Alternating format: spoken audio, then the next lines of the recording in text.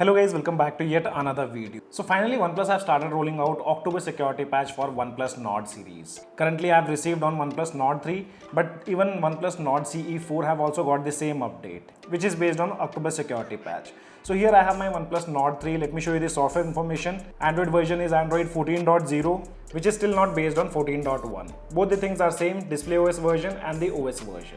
So we are not sure when OnePlus will start rolling out OxygenOS 14.1 for OnePlus Nord series. Talking about the version, which is now 14.0.0.550. This device haven't got the October SOTA update yet. If you guys have missed out the SOTA update video, link can be found in the description below. We have already made a video on October SOTA update. For OnePlus Nord 3, the update size was 397 MB. I did not receive an OT update, so I had to manually install the file. If you guys haven't received the OT update, you guys can find the file on a Telegram group. And guys, now before moving ahead, if you guys find our content useful to you guys, then make sure to smash the like button and also consider subscribing to our channel. And now let me show you the change logs. So if you see here, OnePlus haven't done much of changes with this latest update. There are two changes which are completely related to system.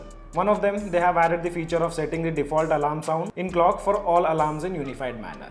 And if you see the version, there is no change in the version of clock application, but I don't know how they have done some changes on the similar build. Here you can see this is the current version of clock, which is 14.10.2, and this was the previous build which had this similar version number. Basically now on OnePlus Nord 3 you can set a default alarm sound that will be automatically applied to all your alarms instead of having to choose an alarm sound for every time whenever you create a new alarm. You can now select one sound that will be used for all your alarms by default. So this is the only change what they have done. And now as always, let's compare the benchmark results before and after the update. On this latest build, I did notice a lot of throttling issues. Here you can take a look at the previous build screenshot, wherein Nord 3 did not throttle much. That time the CPU had throttled 75%, but now the CPU had throttled 64%, and you can see a lot of dips in the graph. When we talk about Antutu benchmark testing, on this latest build, slight higher scores can be seen. Previously we had 10 lakh and now we have 11 lakh scores. With Wildlife Extreme stress test, you can see we now have slightly higher scores on this latest build, which is 56.8. Previously which was 48.6. And with the Geek benchmark application, single core have scored 1737, with multi-core scores are 4551. So after seeing slight boost in the benchmark testing, we also tested out gaming. And the good thing about OnePlus Nord 3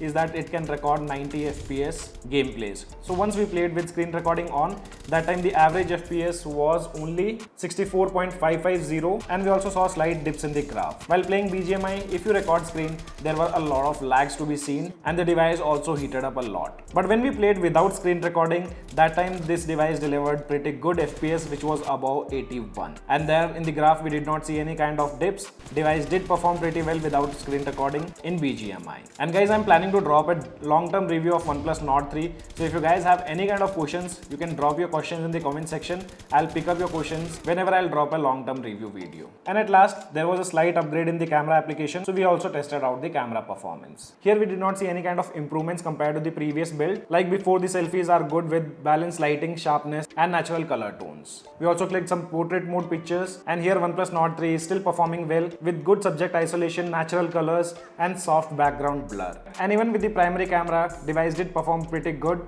In close-up shots like keyboard and flowers, it captures excellent details and color accuracy with smooth background blur. For outdoor landscapes, it reproduces natural colors, but there is slightly overexposed bright skies. In indoor shots, we can see sharpness and accurate colors with good subject focus. Overall, it handles both well-lit and low-light conditions effectively. So there's nothing improvement to be seen on this latest build in the camera segment on OnePlus Nord 3. So guys, there's nothing much to talk about this update because OnePlus haven't mentioned anything in the change logs, and in our initial finding, even we did not notice anything which is not being mentioned in the change logs. As of now, only this much in this video. This is your friend Ashok signing out. See you guys in the next video.